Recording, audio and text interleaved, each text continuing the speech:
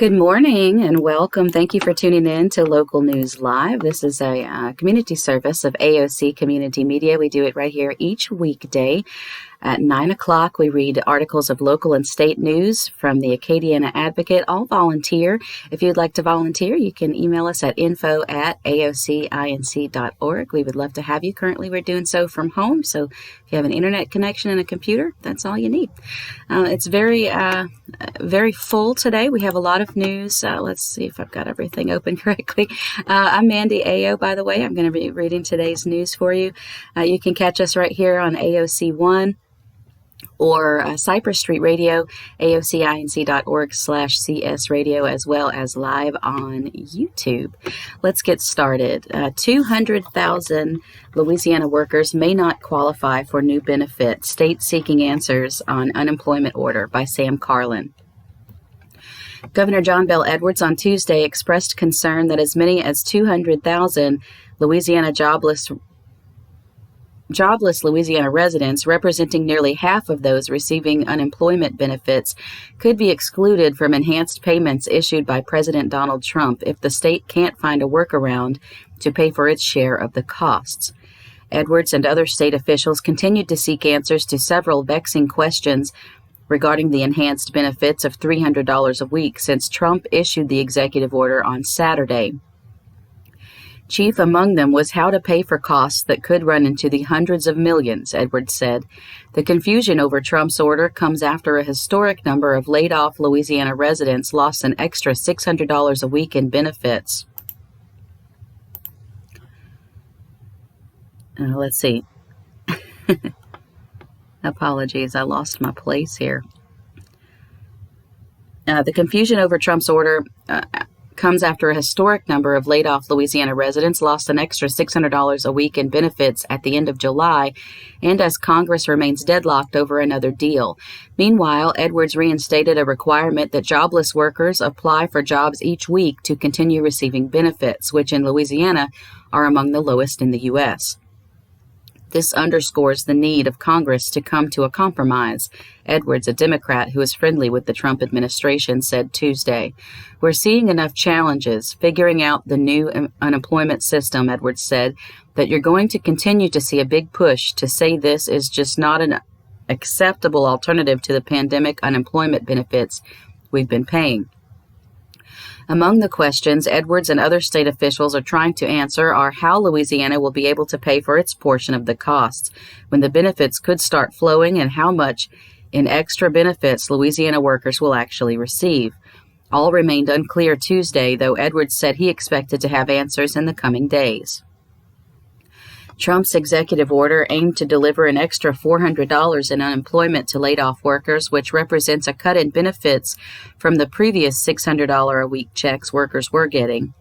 But the order sends only $300 per worker in federal funds each week and relies on cash-strapped states to come up with the rest. That comes on top of whatever benefits states provide, which in Louisiana is a maximum of $247 a week. Because Trump is taking the money from a fund for disaster response, states have to pony up 25% of the costs. Edwards said Tuesday that could add up to hundreds of millions of dollars for Louisiana. The U.S. Department of Labor told states on Sunday that they can pay the 25% outright using previous coronavirus relief or another source, or use existing benefits to count toward the total, thereby dropping the benefit amount from $400 to $300 per week per worker. Governor Edwards wouldn't say Tuesday whether workers here will get $300 a week or $400, but it appears more likely workers will get less. That's because the most likely source for the state, excuse me, I'm sorry. I should have turned my phone off. It's trying to talk to me this morning. That's because the most likely source for the state to pony up the extra $100, a pot of funds delivered from a previous aid bill, has already been appropriated in Louisiana. Perhaps more worrisome is whether all jobless workers will qualify. The U.S. Department of Labor, in the memo to states, said workers must receive at least $100 in some type of unemployment benefits to qualify. Edwards said about 200,000 Louisianians currently receive less than that amount. About 204,000 workers receive more than $100, he said.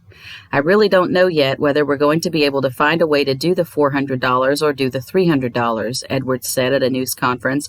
My bigger concern right now, quite frankly, isn't just over the $100 difference. It's over the universe of workers that we're going to be able to cover, because early indications are that any worker in Louisiana who isn't getting $100 in state benefits won't be able to get the $300. U.S. Senator Bill Cassidy, a Republican, said Tuesday the White House told him if states only do what they are already doing, they'll pull down the extra $300 the president proposes. As explained by Secretary Steven Mnuchin and Mark Meadows, if a state is currently giving a $100 benefit to unemployed Americans, then the federal government will add $300 to that, Cassidy said in a statement, referring to the Treasury Secretary and Trump's chief of staff. The $100 can be money the state is already giving under an existing benefit structure.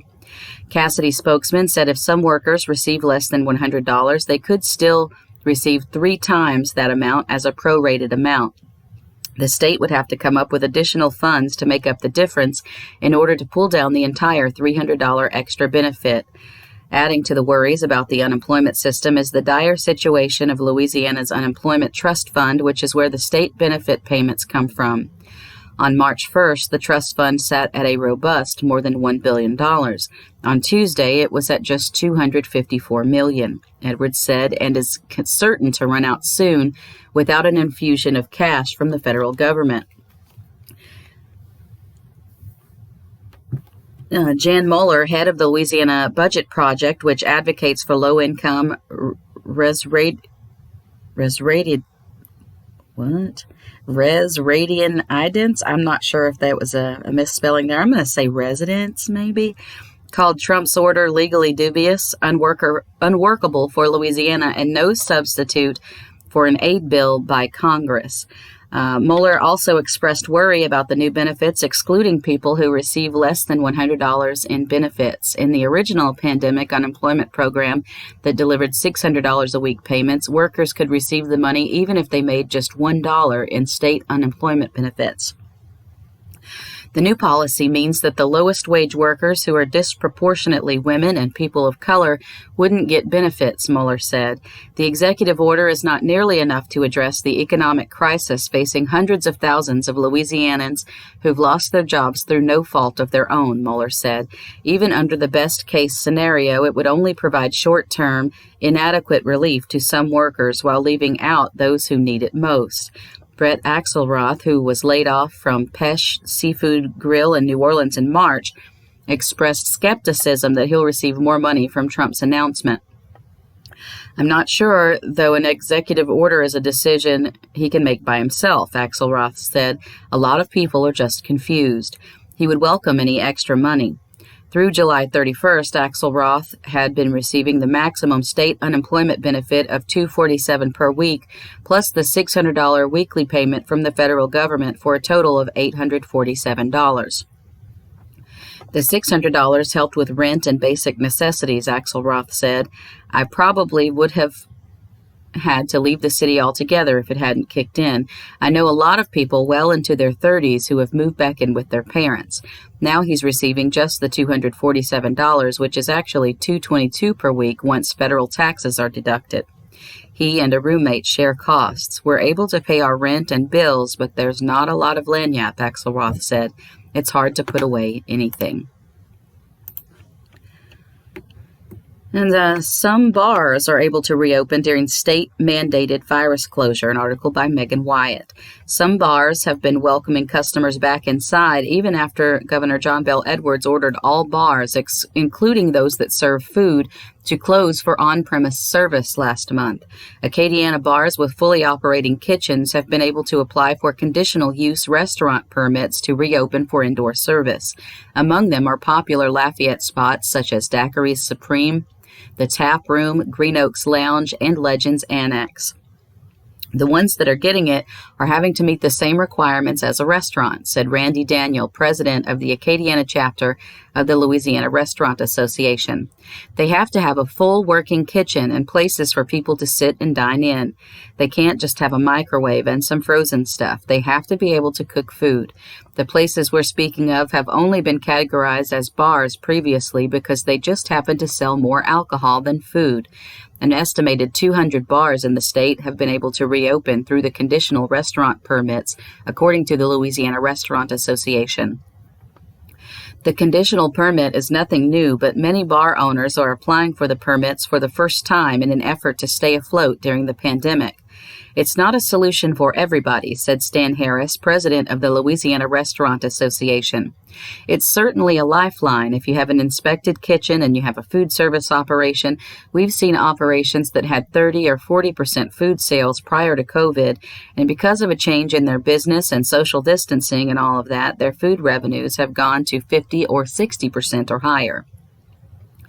Harris and Daniel didn't know offhand how many bars in the Acadiana area have reopened, but Daniel said quite a few of them are starting to pop up. The Tap Room in River Ranch was able to reopen about 3 weeks ago through a conditional restaurant permit, according to a managing partner.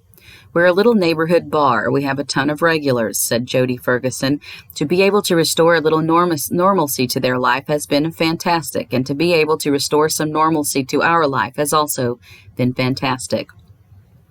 The bar closed in mid-March, but continued to offer food and drinks to go as allowed by the governor's order for bars that served food.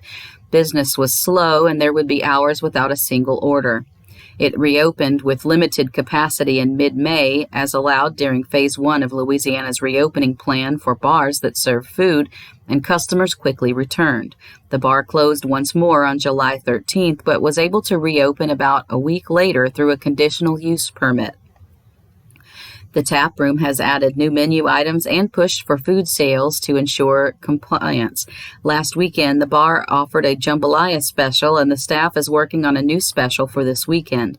That's been a challenge in and of itself, Ferguson said.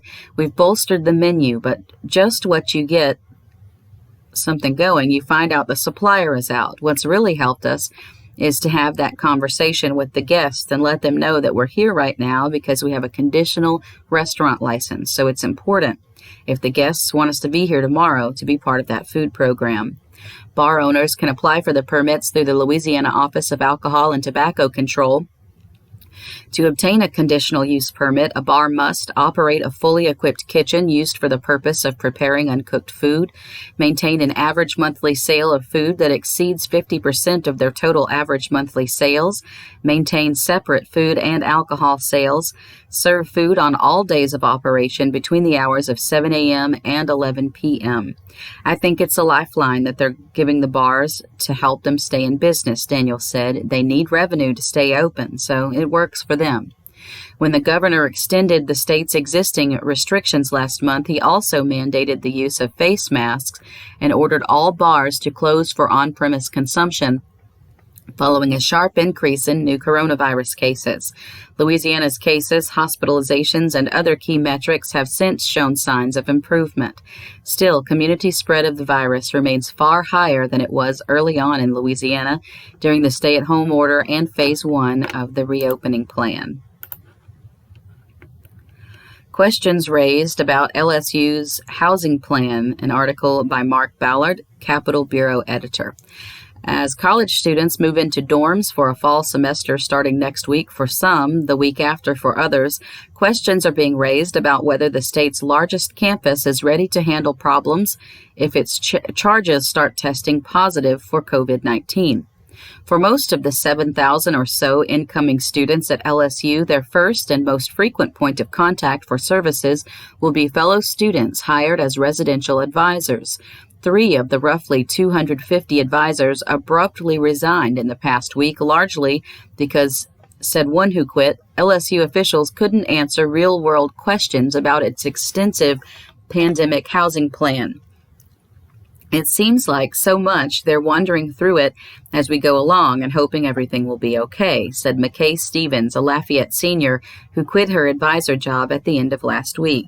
LSU stands behind its plan but doesn't comment on personnel matters, so it had nothing to say about the advisors quitting. The residential advisors arrived August 2nd for training. They were specifically schooled by LSU staff on cleaning protocols, isolation and quarantine, programming, and policies outlined in the plan.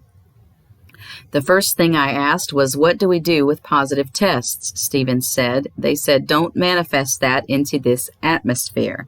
The advisors were told not to inform students, and particularly the media, if their charges tested positive. Handling infected students was up to the campus health office.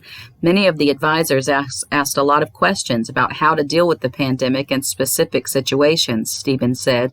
For instance, she asked what would happen if a student complained that their roommate partied a lot at the Tigerland bars, which was a hotspot for coronavirus transmission earlier this summer, and feared for their health. They were told that there was very little wiggle room to move students around, she said. They asked what would happen if an advisor got sick, who would take over. How many beds were in isolation facilities? What plans did LSU have if the isolation wards filled up? Stevens said the LSU staff wouldn't answer those questions. LSU spokesman Ernie Ballard said LSU has detailed protocols and procedures in place if someone on campus tests positive. The infected person will enter self-isolation and not reemerge until meeting certain criteria. LSU is also participating in contact tracing and will work to notify people who may have been in close contact with the person who tested positive, Ballard said. Due to a person's privacy rights, we cannot confirm individuals who test positive for COVID-19. People who test positive have a privacy interest in their diagnosis. The university does inform people who are identified as close contacts. The freshman dorms generally have 2 students in a room of about 13 by 16 feet, usually 1 bathroom per hall, shared showers, and a communal kitchen. Some roommates are randomly assigned, but some select their roommate. East and West LaVille halls, where the 3 who quit had been assigned, are full, as is the rest of LSU's housing, and the school has a wait list of about 400 students looking for a bed in a dorm. LSU offers a variety of different kinds of dorms. Some are attached to a particular college, others are more traditional. Upperclassmen can live in suites or apartments, which sometimes have 4 residents assigned. One residential advisor started exhibiting symptoms on Tuesday last week. By Thursday, the person had tested positive and was relocated to a house off campus. Stevens noted that the advisors ate together without masks or sitting 6 feet apart. Additionally, some of the advisors, though not she, had spent significant time with the person who had been infected, going to the store and participating in other activities. The advisors learned from the infected person via group chat about the positive test, but the information was never addressed by administrators. Nobody called her for contact tracing, she said. Stevens said that was the last straw for her, and she resigned. She has the means necessary to find an off-campus apartment and continue studying. For many residential advisors, housing is part of the aid package, so that leaving endangers their ability to continue schooling. Advisors are specifically forbidden from speaking to the media, including the on-campus newspaper, The Reveille.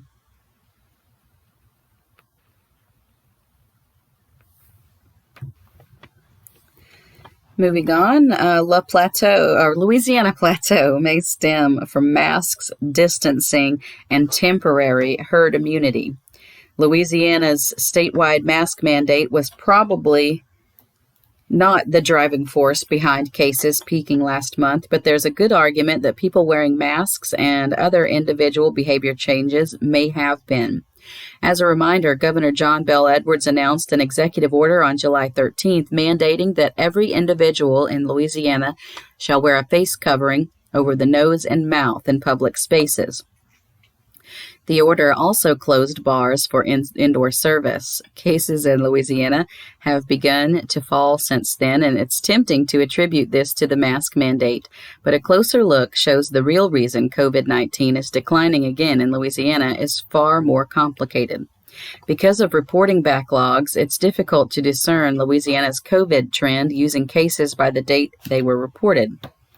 But looking at cases by the date the test was administered shows the number of new cases peaked on July 13th, the day the mask mandate went into effect. There is a delay of up to 2 weeks between when a person was infected and when symptoms show up.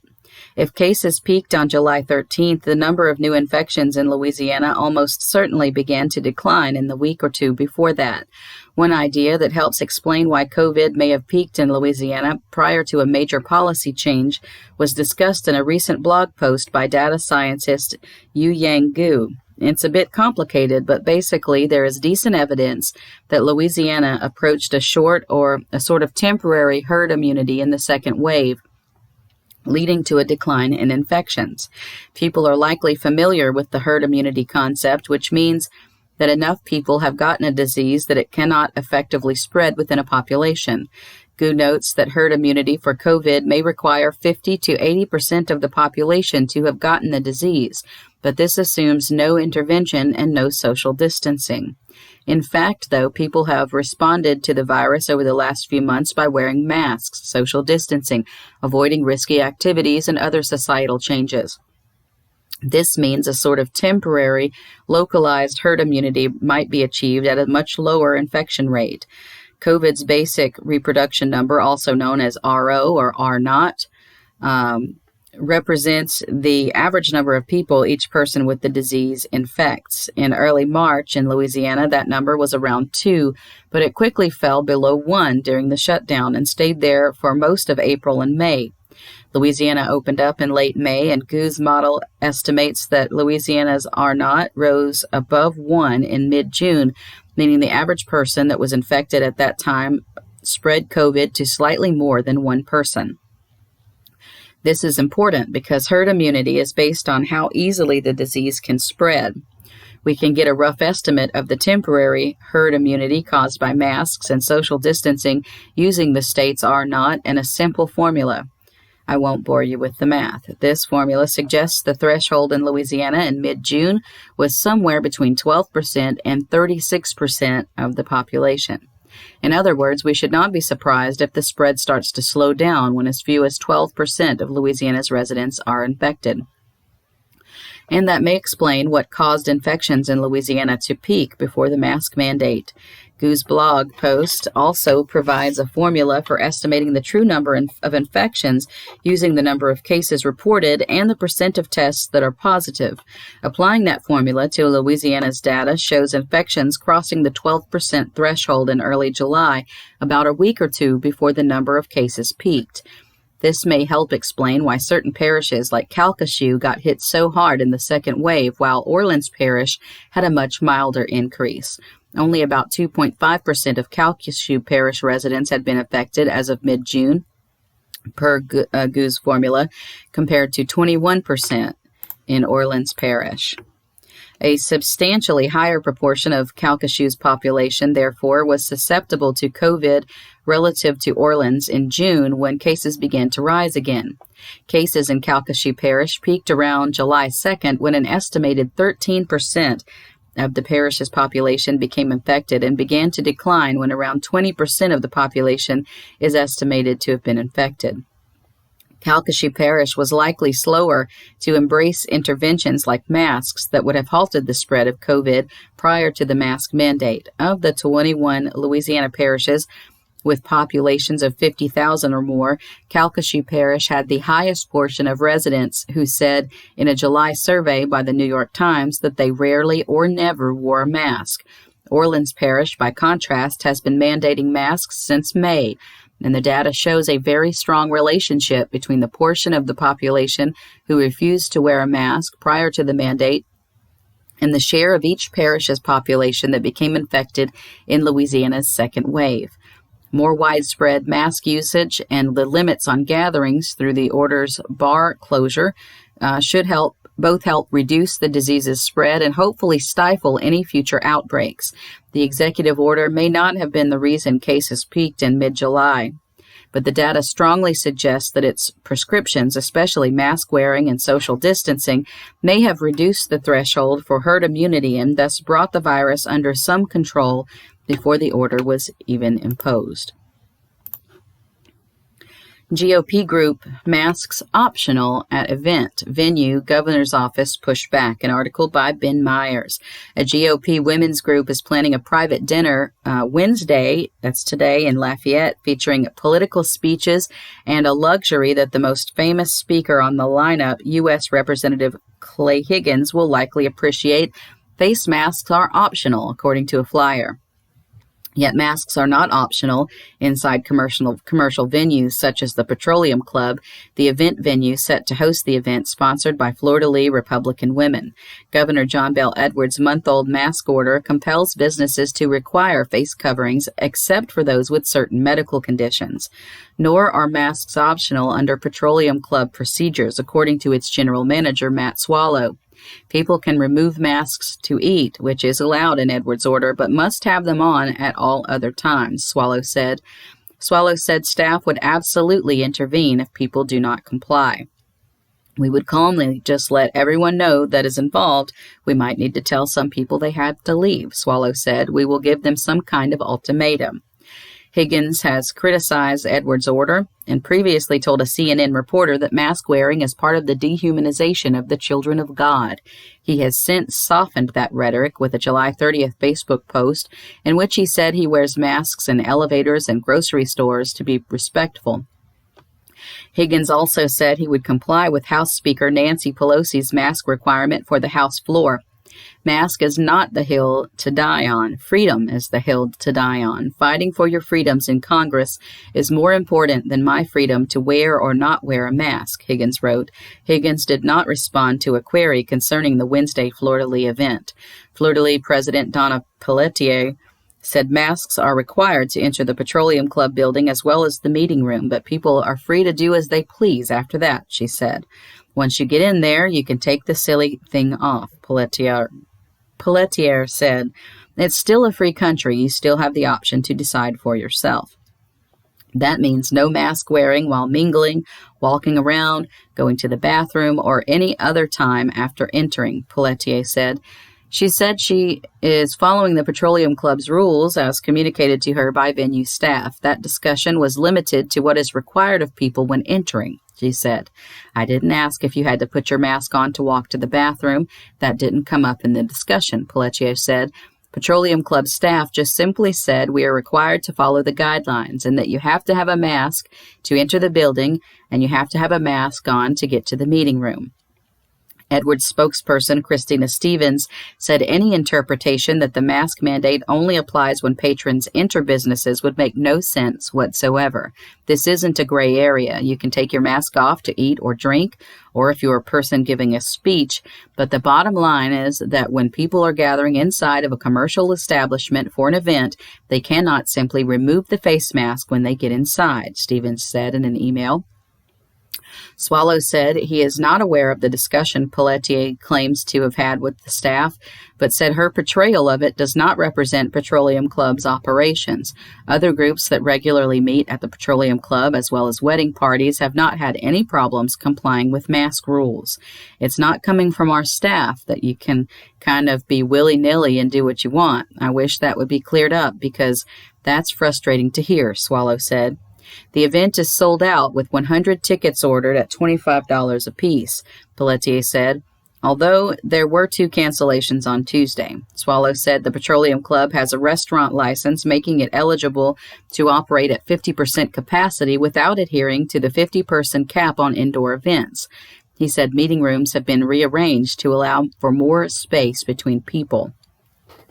Also scheduled to speak at the Fleur-de-Lis event is State Treasurer John Schroeder, whose spokesperson did not answer directly when asked if he intends to wear a mask. Since he will be delivering a speech, he is not required to wear a face mask, spokesperson Michelle Mulholland said in an email. While it is true that speakers are not required to wear masks when speaking, Mulholland did not respond to a follow-up question as to whether he would do so when not speaking. 2 other speakers, Michelle Beau and Ricky LaFleur, who are running for judgeships in the 15th Judicial District, both plan to wear masks when not speaking. Pelletier said her group takes the coronavirus seriously, especially because several members have been infected with it. Some of them are currently in the hospital, she said. We are not taking this lightly, Pelletier said. We are not being flippant about it.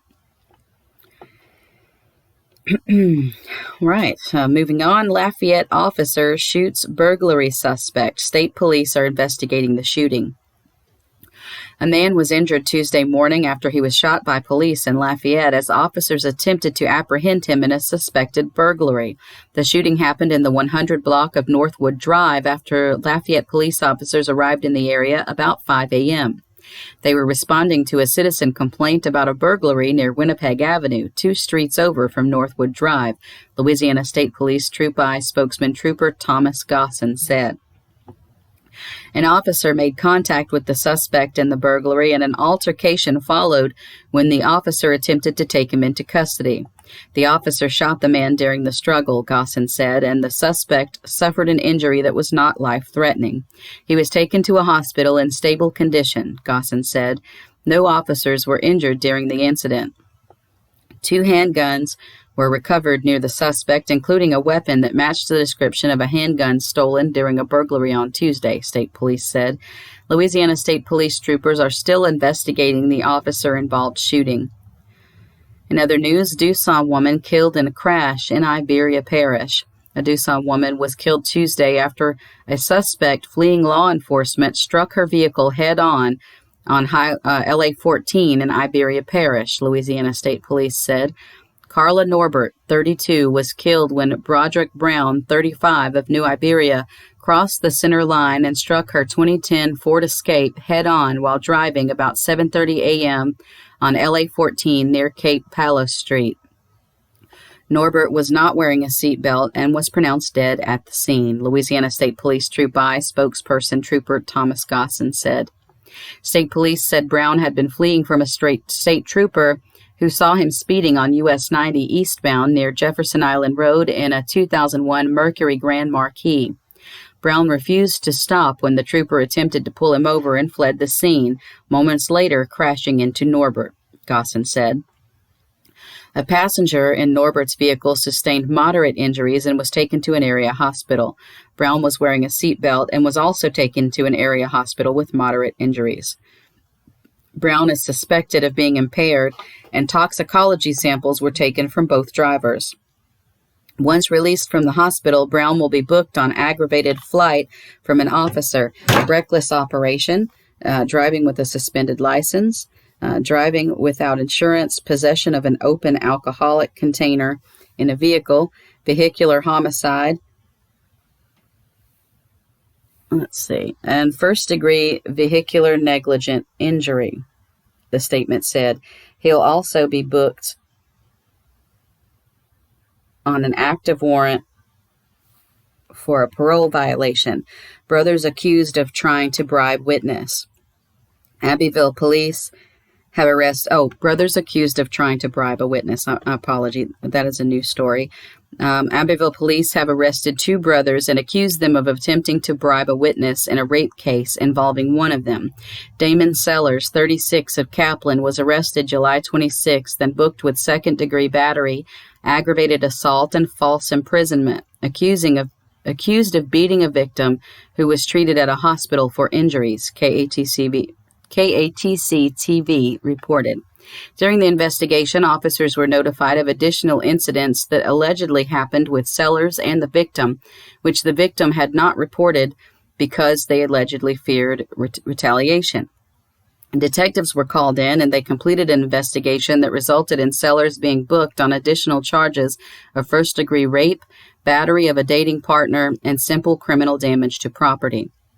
Officers then received information that Sellers was allegedly trying to get his brother, Keith Sellers Jr., 33, of Lafayette, to bribe a witness in one of the cases against Sellers. Detectives then got warrants for Danon Sellers and Keith Sellers Jr. for conspiracy to commit public bribery. Keith Sellers Jr. also is booked with attempted public bribery. They're both at the Vermilion Parish Correctional Center. Citizens with information on the case can call 911 or 893-2511 to reach the police. For tips, call 892-6777. You can remain anonymous. Louisiana Schools Chief supports revised calendar Brumley calling for shorter summer and more breaks, an article by Wilson Tell. State Superintendent of Education Cade Brumley on Tuesday renewed his call for public school systems to consider revamping the traditional school calendar amid the upheaval caused by the coronavirus pandemic.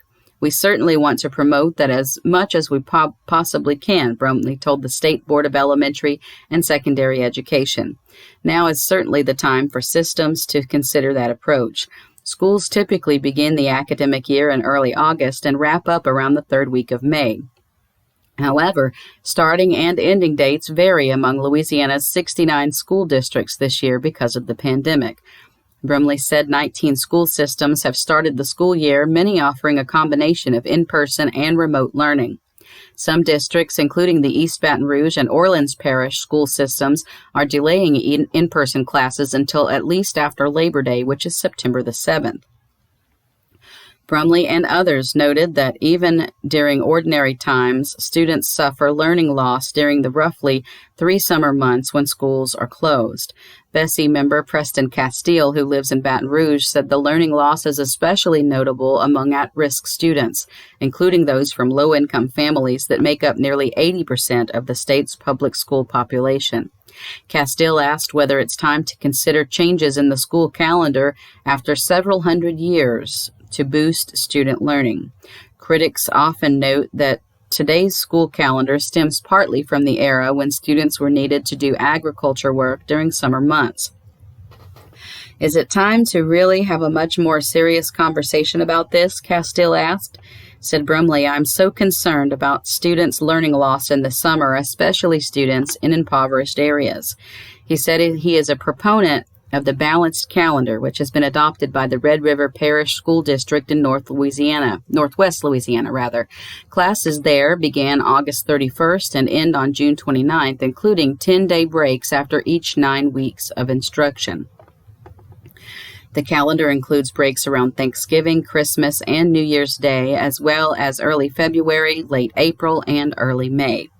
The breaks will include 2-day camps to get academic assistance or enrichment. District officials say the calendar will ensure students access to meals, a key problem when traditional instruction ended in March, and lessen burnout among teachers and students. Opponents call such schedules year-round schooling and contend they make vacation planning and other activities hard to navigate. The issue surfaced during Bessie's 90-minute retreat ahead of the panel's August committee meetings. And woman who criticized Erath pastor fired from job in Texas, an article by Ken Stickney. A woman who petitioned for the dismissal of a parish priest in Erath has been fired herself, generating a new national petition effort. Ashley Longlanet was fired from St. Dominic Savio Catholic High School in Austin, Texas, as the girls' basketball coach on July 9th, apparently citing her efforts to remove the Reverend Andre Metrojean from his position as pastor at Our Lady of Lourdes Catholic Church in Erath. Longlanet, a former parishioner at the Erath Church and a native of Erath, took exception to Metrojean's statement published June 28th on the parish website that opposed an effort by the New Orleans Saints football team to celebrate gay rights during Pride Month. Longlanet, who is married to a woman, initially circulated a petition to remove Metrojean from his pastoral role for his comments and collected 428 signatures of those in agreement. But a Christian activist group picked up the cause and gathered 12,000 signatures of support for Longlanet's cause. Longlanet attempted to deliver the petitions to Lafayette Bishop Douglas Deschantel last Thursday, but instead left them in a drop box because the diocesan office was closed. Metrojean's supporters distributed their own petition in support of the pastor, collecting more than 5,000 signatures. Longlanet confirmed that she was dismissed from her part-time coaching job at Dominic Savio, apparently because of her petition efforts against Metrojean. In an email communication from the school's president and principal, Longlanet said she was told her dismissal was due to the very manner that you are making demands of a neighboring diocese and its bishop. That, she said, marked the sole communication between her and the school. I never had an opportunity to discuss it with them, Longlanet said of school president Joan Wagner and principal Dr. Enrique Garcia. She said she believed that there was a lack of due process. Garcia declined to answer emailed questions from the advocate, citing employer-employee confidentiality. More than 60 people, most of them supporters of Maître Jean, showed up last week when Longlanet dropped off her petition to the diocese. She said she'd seen suggestions that people in the Lafayette diocese were intent on contacting her school in Austin about her petition. Longlanet said she had been open at Dominic Savio about her marriage, which occurred more than 6 years ago in Maine, and had brought her wife with her to school events. She said neither parents nor students made any open objections to her or her marriage. She had also been quoted in local publications about her life, and a photo of Longlanet and her wife had appeared in a magazine. Longlanet played basketball at Turlings High School in Lafayette and in Erath, where she earned local honors for playing basketball. She said she attended the University of Louisiana at Lafayette but did not play basketball there. She also did some coaching with younger players locally in Austin. She said the school distributed a vague email that told players and parents she would not be returning for the 2020-2021 school year. Some players and parents had contacted her in support, she said. Faithful America said it was seeking 5,000 signatures nationwide to support Longlanet. The petition is aimed at convincing Most Reverend Joe S. Vasquez, Bishop of Austin, to stop unjust firings and to allow students to form an affinity group for students who identify as lesbian, gay, bisexual, transgender, and queer. From Vermilion Parish, school board questions superintendent candidates. Members slated to elect a new school district leader on Tuesday. An article by Katie Gagliano. 3 longtime Vermilion Parish educators have pitched themselves as the school district's next superintendent, and school board members were expected to make their pick Tuesday night. The finalists, North Vermilion High School Principal Tommy Byler, Assistant Superintendent of Personnel and Administration Paul Hebert, and Interim Superintendent Brad Prudhomme, were interviewed by the Vermilion Parish School Board on Monday in marathon sessions. The 3 men were the only applicants to replace former Superintendent Jerome Puyal. Puyal resigned in December as part of a settlement with the district and school board, but remains on the district payroll as a consultant. That agreement ends in September when Puyal is eligible for retirement. Byler presented the board with a vision for the district, 5 school communities, 1 parish mission, Vermilion United, in which he highlighted 7 areas of improvement for the system, including shared leadership, better defined communication plans, equity and diversity, infrastructure evaluation, investment in career and technical education, a reevaluation of financial planning and fiscal priorities, and a quality assurance review of central office staffing. The principal touted his record of success and leadership at the district and state level, including recognition as the 2018 Louisiana Principal of the Year, and said it's given him perspective on where the district excels and where there are shortcomings. Byler said he's the right leader at the right time and would bring passion, a forward-thinking mindset, and a collaborative work approach to the job. Byler said he is prepared to lead the district's pandemic response, having contributed to the planning stages, but he is also looking beyond the immediate needs of the pandemic. The pandemic at some point will go away. I feel like the decision tonight is about choosing the best leader. We need a leader who will put our school system back on track. That vision can't just be for the pandemic. That vision has to work through the pandemic and down the road, he said. The principal said he believes shifting from school-level leadership to district-wide service is a strength instead of a hindrance because he's attuned to the current needs of teachers, principals, and students. Hebert said his diverse service in the district, including 7 years as assistant superintendent, has given him perspective on how to support school-level and district-wide success. The assistant superintendent said he has closely shadowed the duties of the superintendent's office during his central office tenure and unofficially fulfilled the responsibilities during the upheaval with Puyal. Hebert said he'll bring level-headedness, confidence, and a collaborative work approach to the position. He said he opposes micromanaging and believes in empowering staff members and educators to develop their strengths and lead. I sought this job 7 years ago. I sat in this room and interviewed at that time. I thought nobody could have told me any differently and that I was ready for the superintendent position at that time. I'm really glad it didn't work out that way. Looking back, that was not the right move for me. Now, after 7 years in the central office, I see the big picture. I know what's necessary, Hebert said. Hebert said he believes the district has a strong foundation of academic achievement that doesn't need to be revamped, just refined in key areas. Non-academic areas for improvement include increased communication and collaboration between principals and supervisors, investment in capital needs and team morale, he said. Peace, unity, and a shared vision have been the biggest hurdles impeding the success of the district in recent years. Hebert said he pledged to be a positive role model for the district and to make unity a priority every day.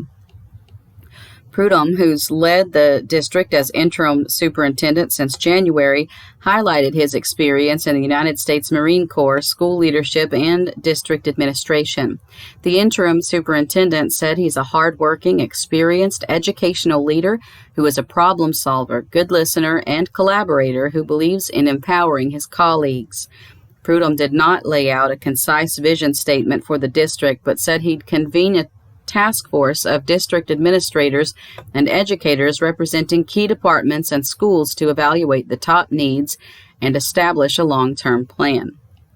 He said the foundation of academic success is a strong team of teachers and principals and proposed rewarding teachers who pursue additional credentials or certifications and establishing academies for principals to sharpen their skills and for aspiring principals to learn the ropes. Prudhomme said he hasn't shied away from challenges during his 7 months as interim superintendent and can capably make difficult decisions. I would love to continue representing you as superintendent. I would be honored to have that opportunity. If you do choose me, I will put all of this on my back and march forward. I will keep us as one of the top districts in the state of Louisiana and keep my eyes on the #1 spot. All right, that's most of our local and state news. We have one sports story, then we're going to move on. We'll have the obituaries and funerals today in the Acadiana area, as well as some fun stuff. We'll read today in history and the horoscopes.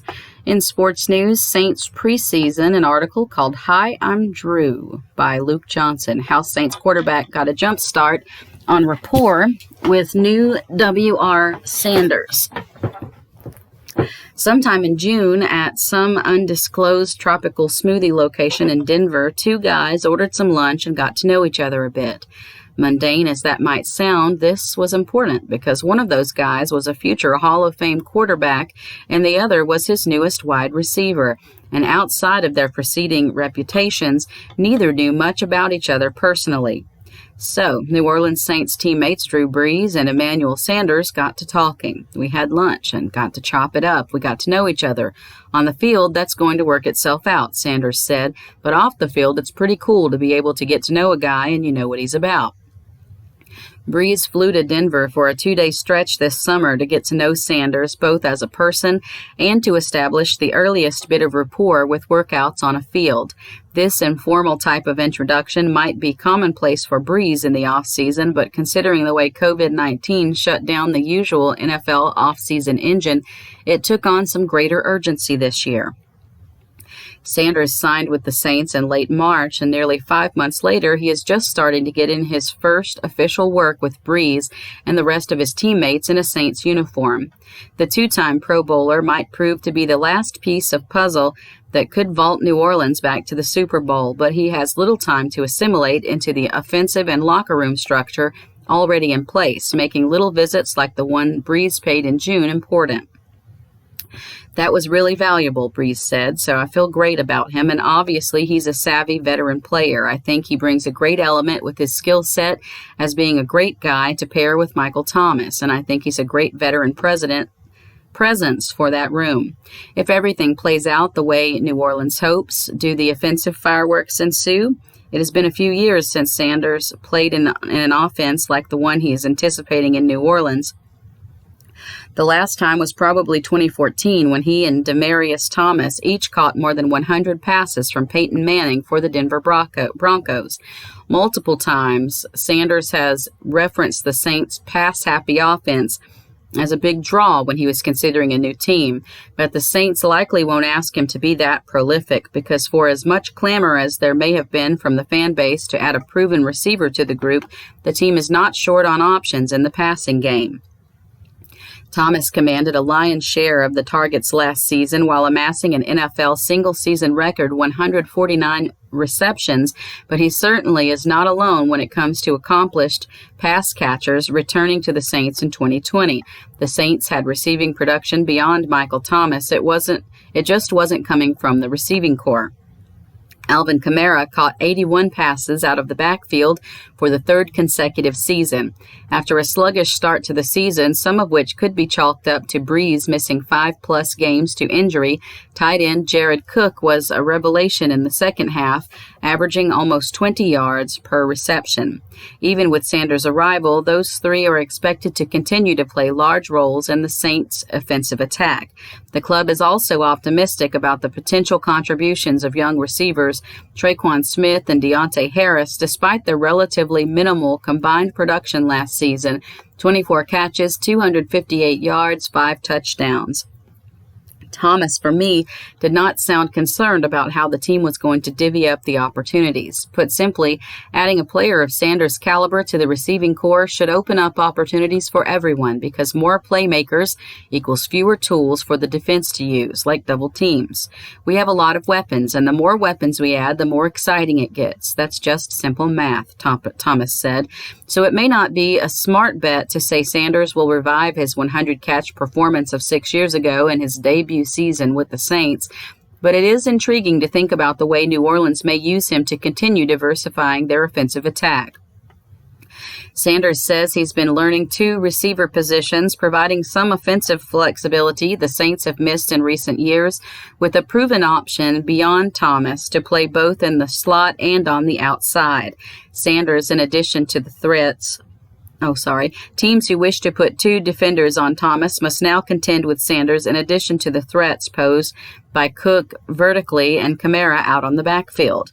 The beauty about this system and the reason why nobody has caught up to it yet is Sean Payton knows how to move guys around, said receivers coach Ronald Curry. Payton knows how to take advantage of their unique talents. He tries to put these guys in positions where you can keep them out of the things they don't do well and you enhance the stuff that they can. The theory is that Sanders will add another layer of complexity to the Saints' offensive geometry. Getting from theory to practice requires just that, practice, but it also requires building some trust. Sometimes a lot of people talk about, the X's and O's, Sanders said, but moving to a whole new city, you don't know any guys on the team. So when Drew came out, it kind of made me feel good to know, at least when I show up to the locker room, I had already gotten acclimated with him. Okay, we're going to move on to funerals today in the Acadiana area. Ty Cobb III at La Chapelle de Martin and Castile in Lafayette at 1:30 p.m. this afternoon. Hubert Fontenot at St. Anthony Church, 225 8th Avenue in Krotz Springs at 10:15 a.m. And Lawrence Swear at Immaculate Heart of Mary Catholic Church at noon today. We'll take a quick look at today in history. Today is, of course, Wednesday, August 12th. It's the 225th day of 2020. There are 141 days left in the year. Today's highlight in history, on August 12th, 2017, a car plowed into a crowd of people peacefully protesting a white nationalist rally in the Virginia college town of Charlottesville, killing 32-year-old Heather Heyer and hurting more than a dozen others. The attacker, James Alex Fields, was sentenced to life in prison on 29 federal hate crime charges and life plus 419 years on state charges. On this date in 1867, President Andrew Johnson sparked a move to impeach him as he defied Congress by suspending Secretary of War Edwin M. Stanton, with whom he had clashed over Reconstruction policies. Johnson was acquitted by the Senate. In 1909, the Indianapolis Motor Speedway, home of the Indianapolis 500, first opened. In 1939, the MGM movie musical, The Wizard of Oz, starring Judy Garland, had its world premiere at the Strand Theater in Wisconsin 3 days before opening in Hollywood. In 1953, the Soviet Union conducted a secret test of its first hydrogen bomb. 1981, IBM introduced its first personal computer, the Model 5150, at a news conference in New York. In 2004, New Jersey Governor James E. McGreevey announced his resignation and acknowledged that he had an extramarital affair with another man. In 2013, James Whitey Bulger, the feared Boston mob boss who became one of the nation's most wanted fugitives, was convicted in a string of 11 killings and dozens of other gangland crimes, many of them committed while he was said to be an FBI informant. Bulger was sentenced to life, and he was fatally beaten at a West Virginia prison in 2018, hours after being transferred from a facility in Florida. 10 years ago, General Motors Chief Ed Whitaker announced he was stepping down as CEO on September 1st, 2010, saying his mission was accomplished as the company reported its second straight quarterly profit. Whitaker was succeeded as CEO by GM board member Daniel Ackerson. 5 years ago, Islamic State sympathizers circulated an image that appeared to show the body of a Croatian hostage abducted in Egypt, the first such killing of a foreign captive since the extremist group established a branch in the Arab country. 1 year ago today, a whistleblower complaint bearing this date stated, "In the course of my official duties, I have received information from multiple U.S. government officials that the President of the United States is using the power of his office to solicit interference from a foreign country in the 2020 U.S. election." The complaint was addressed to Senator Richard Burr, chairman of the RNC, chairman of the Senate Select Committee on Intelligence, and Representative Adam Schiff, Democrat, California, chairman of the House Permanent Select Committee on Intelligence, and it did not reach them until September 25th.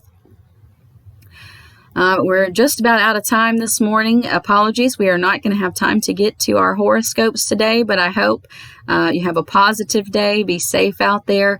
Thank you for tuning in and listening. We do this Monday through Friday at 9 a.m., reading articles from the Acadiana Advocate by volunteers. Tomorrow we will have 2 volunteers. We'll have Bruce Cohen and Alicia Silve joining us both from their homes respectively. We are all doing this from our homes right now. So if you have an internet connection and a computer and you would like to volunteer to read the news, we would absolutely love to have you.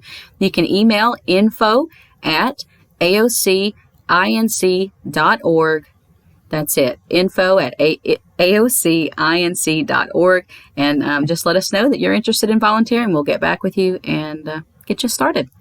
We'll see you back here next time on AOC 1, as well as Cypress Street Radio and YouTube. Have a wonderful day.